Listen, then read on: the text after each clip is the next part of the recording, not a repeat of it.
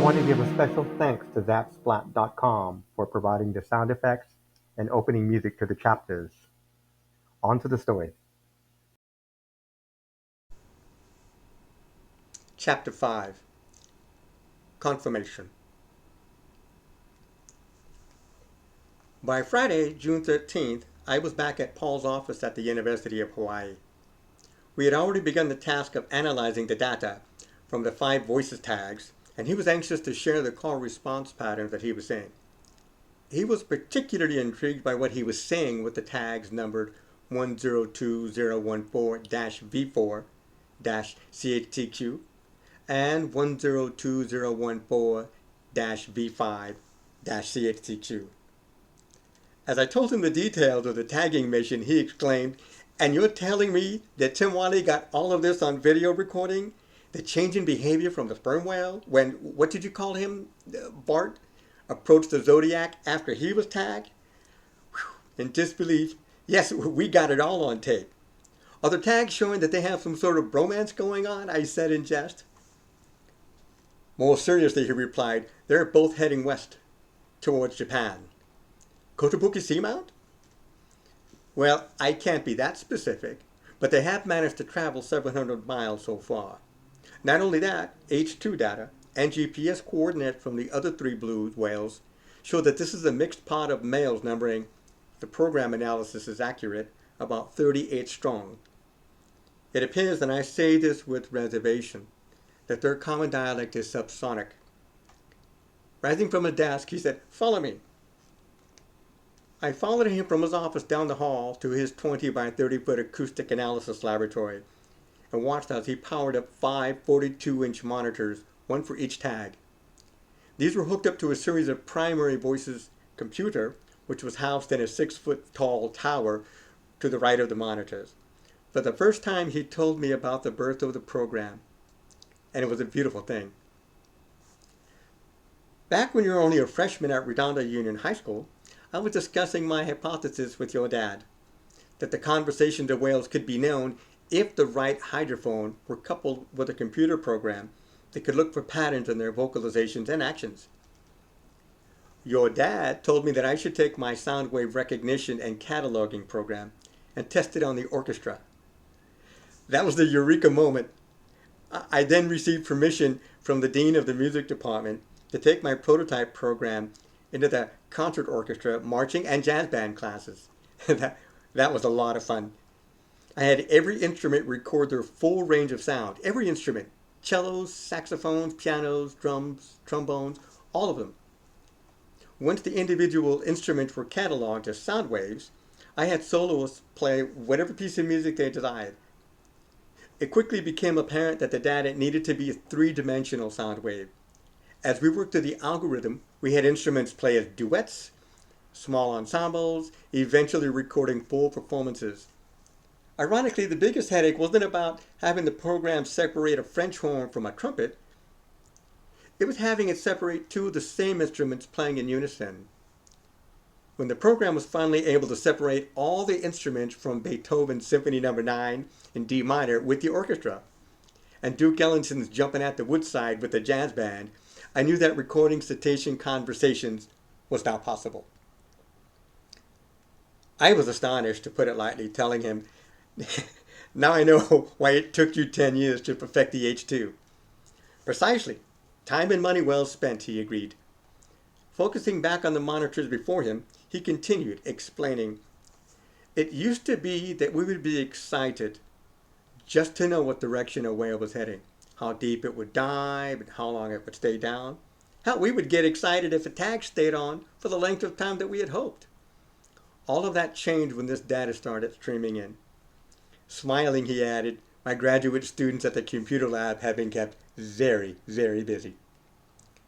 In the lower left-hand corner of the monitor on the left was a 2 by 7-inch field, backlit in light blue, which displayed Voices ID number with date, time, hours to hours.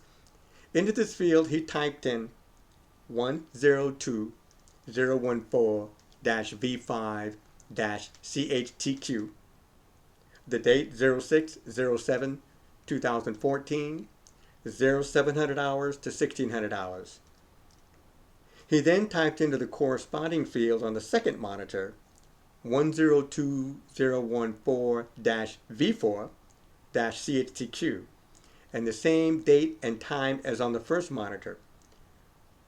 Pressing enter, both monitors came alive with color. In the upper right-hand corner of the monitors, there appeared another field, a line graph measuring 3 by 10 inches, highlighted in pale gold, which showed the depth of dive and the time frame of 0700 hours to 1600 hours. Any point along this graph could be clicked to show the GPS coordinates. These coordinates would in turn be plotted, still encrypted for access to Dr. Byous' lab only, on Google Earth.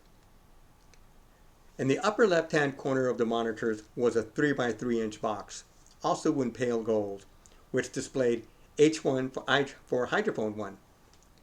This box in turn could be clicked open to change it to H2 or H3. For now, Paul kept it on H1.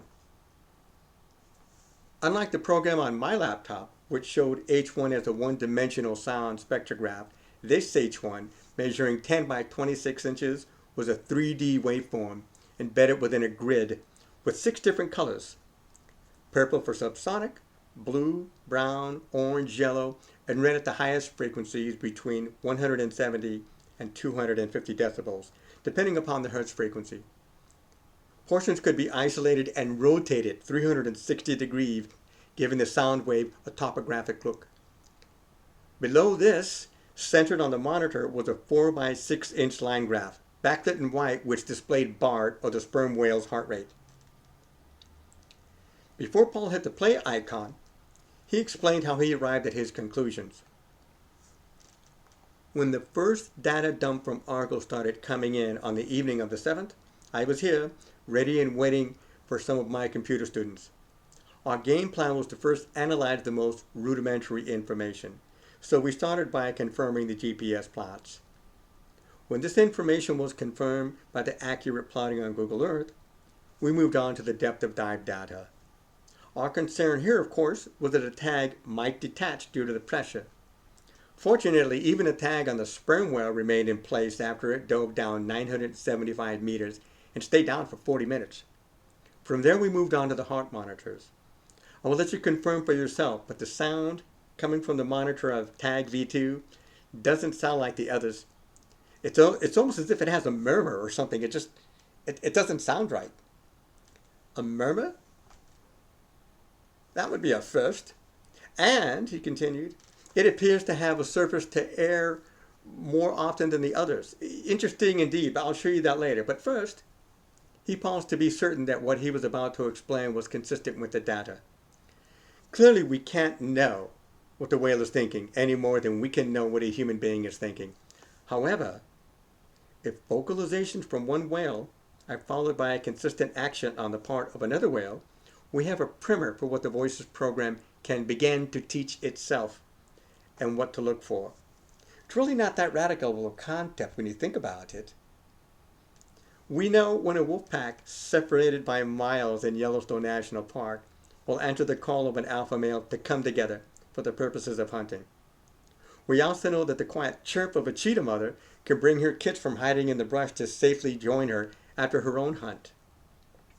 In these examples, a vocalization from one produces a predictable action in another.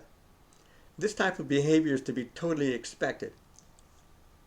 However, consistent with your thesis paper, Jenny, Bart and the sperm whale are showing call and response behavior detectable only by analyzing what they are saying on a subsonic level, coupled with GPS and depth of dive data.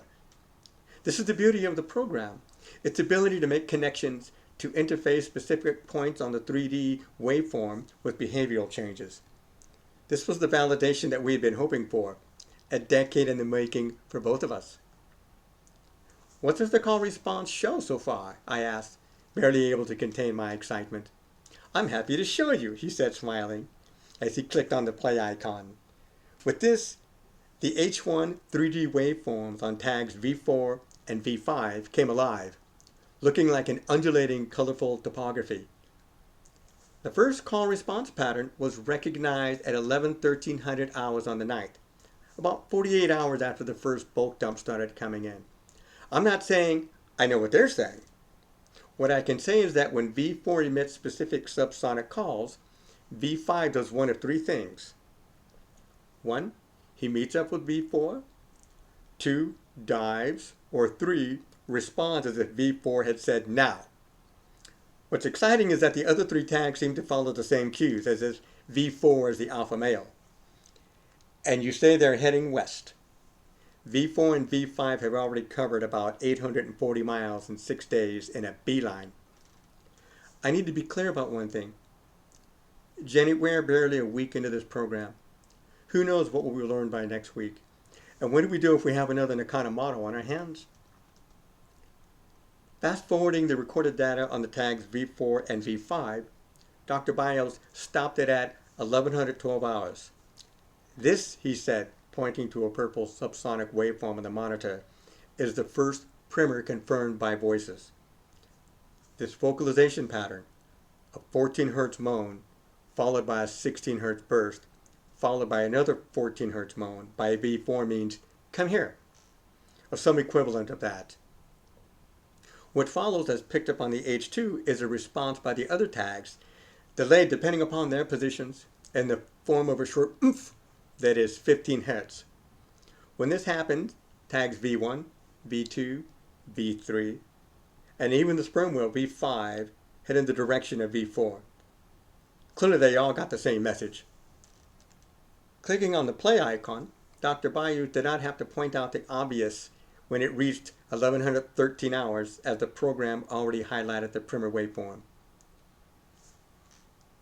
You said Voices had figured out 3 subsonic calls from V4 that got a specific action from the other targets. What are the other 2 patterns? To get the others to dive is the pair of 15 Hz burst. What really blew me away was the command from V4 for now. V5 and V4 were about 200 nautical miles west from where you had tagged them. For reasons that Voices is yet to decipher, they both stopped on the surface. This was obvious because the depth of dive showed them to be on the surface. The other tags within, give or take 100 miles of them, also stopped. Again, what that call is, we don't know. But shortly after V4 gave a single short 14 Hz burst, they all began to move in a westward direction again. You mean, after all this time, it is likely some type of Morse code that they're communicating with? Yes, but this is where you come in. Do you have the time to learn how this program from my lab functions? Obviously, it is very different from the mobile program on your laptop. It seems that this mixed group communications is happening only in the subsonic spectrum. Otherwise, the range goes from 14 Hz all the way up to 240 decibels. You will need to recognize the call response waveforms. Do you have time for that, Jenny? Clearly, my response to such a question was an immediate yes. With that, I set about proving beyond any doubt the conclusion of my thesis. And just in time to see our worst fears realized. That concludes Chapter 5. Chapter 6 will be coming up, and if you like, please hit the subscribe button. Thank you very much. We'll see you again.